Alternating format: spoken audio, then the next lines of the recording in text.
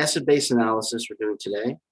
We're going to do a bunch of problems at the end. So they're in your book on page 150. But first, we got to go to page 149 and get the normals down. So let's take a look at that. It's right here too. So remember the pH of blood, right, in the artery. So we could do an ABG to get most of these, if not all, right? We can get all of these values by taking arterial blood.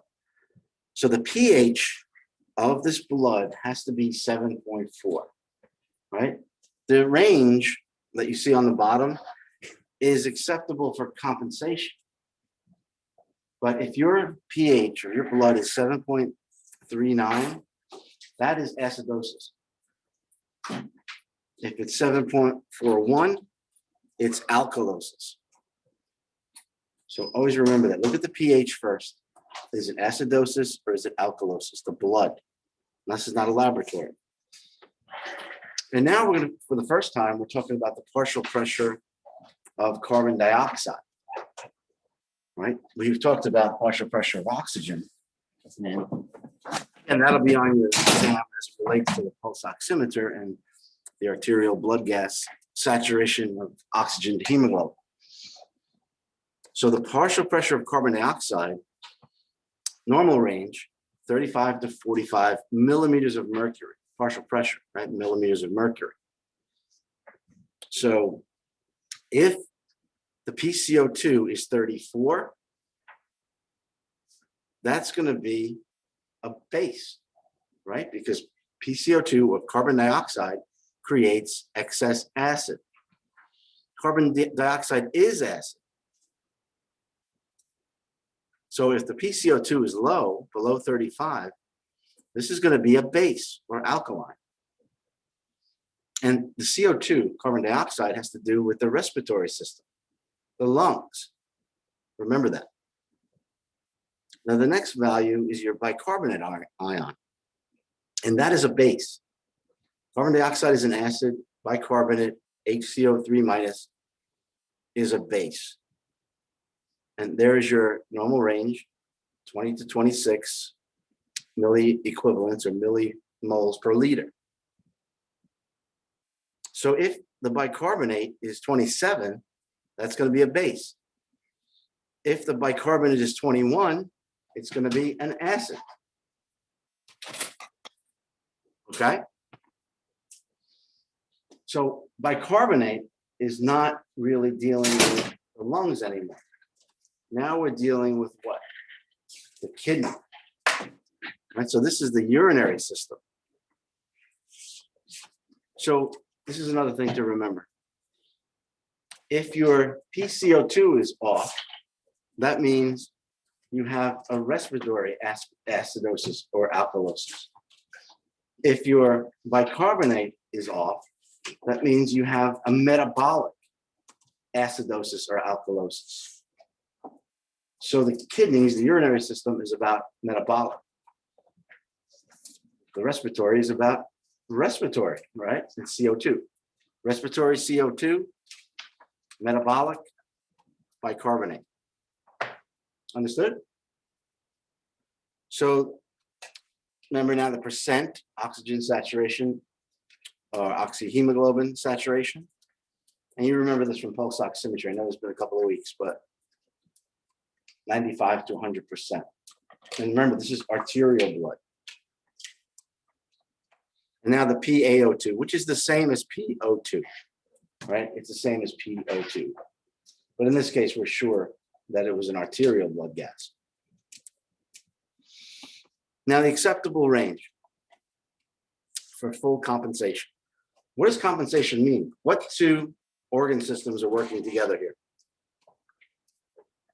What are the two organ systems we're talking about?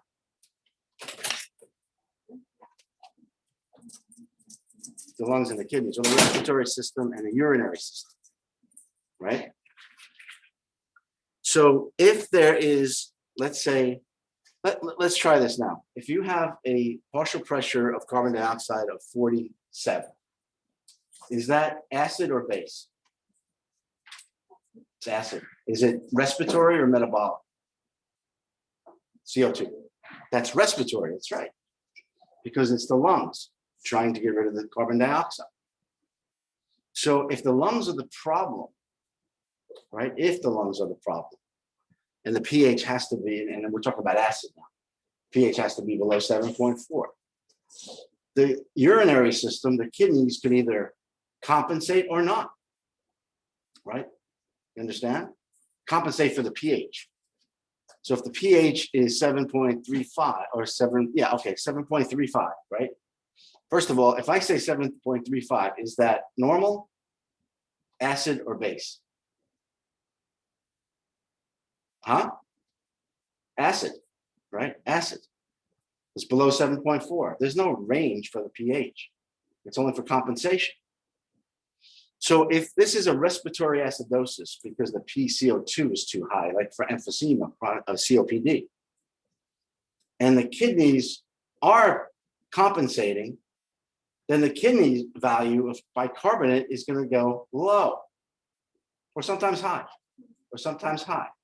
So if the kidneys are listening to the respiratory problem, they will compensate. You understand?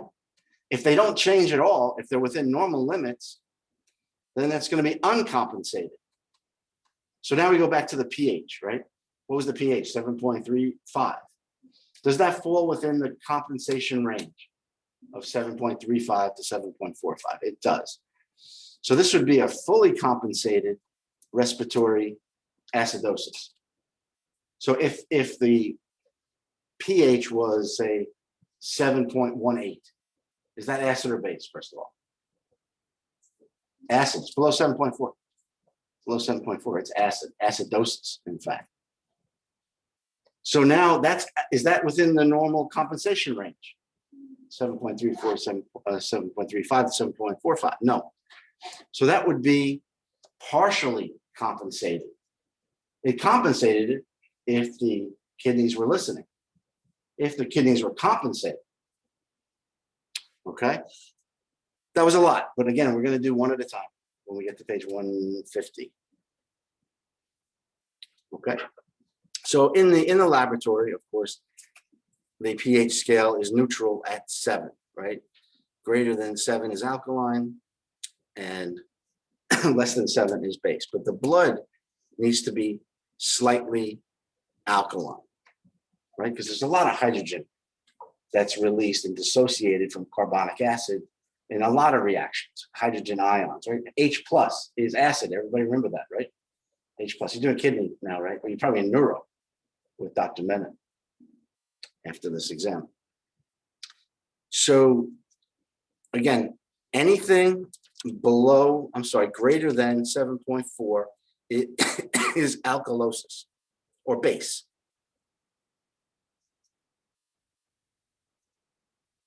Less than 7.4 is acidosis, all right? Acidosis or base, depending on what side of that 7.4 it's on. So this is just walking you through a solution, right? And this is in a laboratory, not so much the blood. In this acidic solution, there's more hydrogen ion than there is hydroxide ion, right? So hydroxide is base. Hydroxide in excess is base. Hydrogen in excess is acid. So in this solution, which is water, right? H2O, you put these together, you get water. So these ions are easily dispersed in water, the solvent. In neutral, they could be equal. So you'll have a nice pH of 7 where OH and H are equal. In a basic solution, you have more hydroxide than hydrogen. So pH stands for percent hydrogen. But you have to understand, this is an inverse scale. Like these are negative numbers. So the more hydrogen, the less negative the number. That's why acid is a lower number. 0 is all hydrogen, a lot of hydrogen. Understood? So that's why this is an inverse algorithm with a pH scale. Because it kind of doesn't make sense, right? Percent of hydrogen but the lower the number, the more hydrogen. So this is done on an inverse scale because hydrogen is tiny, right? So that's the way it was developed. So in a laboratory, 7 is neutral. So again, there could be equal amounts neutral in the lab, too much acid, whatever the acid is, and this could be carbon dioxide, right, in the blood, less base. This acid is just way too much acid, not enough base, right? So it all kind of comes together in that sample, in that beaker, right? So the sample would be in the blood, or blood chemistry. This is about base, just the opposite. Equal acids and base, too much base in this one has a greater than 7 pH. This has too little acid, a lot of base, very tiny amount of acid. So the pH is going to be high, above 7 for base. So in blood, we're talking about bicarbonate and hydrogen. Bicarbonate and hydrogen. So in the case of excess CO2, if CO2 goes up in your blood, arterial blood, right? This is arterial blood gas, then the hydrogen is going to go up. And hopefully the bicarb can be present enough to buffer the acid back to carbonic acid. So of course it's in water. Our plasma is mostly water. So excess CO2 with water. And the enzyme for this reaction is carbonic anhydrase. So this is constantly going on in your red blood cells, in your plasma, and in your cytoplasms of your cells. So CO2 is acid, and CO2 is a respiratory gas. High bicarbonate is base, and that has to do with the kidney, right? So this is metabolic. Kidneys are all about metabolism, as you know, all the metabolic cycles that go on. And that would be urinary or kidney. The CO2 is about respiratory acid. And that would be, we're going to say lungs or respiratory system. So now this reaction tends to be, when it's normal, it tends to be more alkaline because there's so much hydrogen all the time, even with homeostatic carbon dioxide levels. So you have to have a little bit more bicarbonate being reabsorbed by the kidney in order to keep the pH of blood slightly alkaline, right? 7.4 is slightly alkaline. Everybody understand that? It's really important. Okay, so this is the blood now. pH of 7.4, slightly more bicarb than there is CO2 in the blood. Right? Okay? Yeah, I know it's not allergies. So this, yeah, it's bad this time I heard. And today's really humid or something. So CO2 is in the blood, but it's controlled by the respiratory system. Bicarbonate ion is not really breathed off, but it's metabolized and either reabsorbed or secreted by the kidneys, as is hydrogen ion too. So too much acid is excess carbon dioxide and too little bicarbonate in the blood. Right? So too little base, too little bicarbonate, and excess carbon dioxide, same thing here. Right? Same thing, just there's very little bicarbonate. So if the kidney has difficulty, say you have a problem with your kidney and you can't, your tubules, right, PCT, can't reabsorb bicarbonate for whatever reason, you're going to wind up having your bicarbonate go into the tubules and then into the filtrate and then into the minor calyces, the major calyces, renal pelvis, ureter, and then into the public sewage system, right? It goes out of your body, secreted from the tubules. Right? So if you have a problem with your kidney metabolic, it may cause a metabolic acidosis. So carbon dioxide has to be lowered in that case. Makes sense? So how do we get rid of carbon dioxide? How do we get rid of carbon dioxide to the respiratory system? Yeah, faster, right?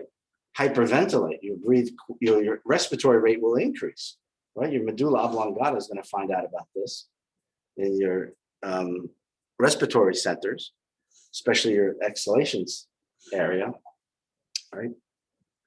DRG, and then will increase your respiratory rate to blow off more carbon dioxide. Make sense? Right? And the kidney will not work the opposite way. If you have high bicarbonate or high base in your blood due to low carbon dioxide, your kidneys are going to excrete more bicarbonate. So right now, just think how they're going to compensate for each other by the kidney reabsorbing more bicarbonate, or it could secrete hydrogen, and the lungs by either decreasing your breath rate to increase your acid, right? Increase your carbon dioxide. Or like I just said, increase the acid decrease the acid by blowing it off, blowing out the carbon dioxide. So think about the respiratory system, okay? Any questions right here?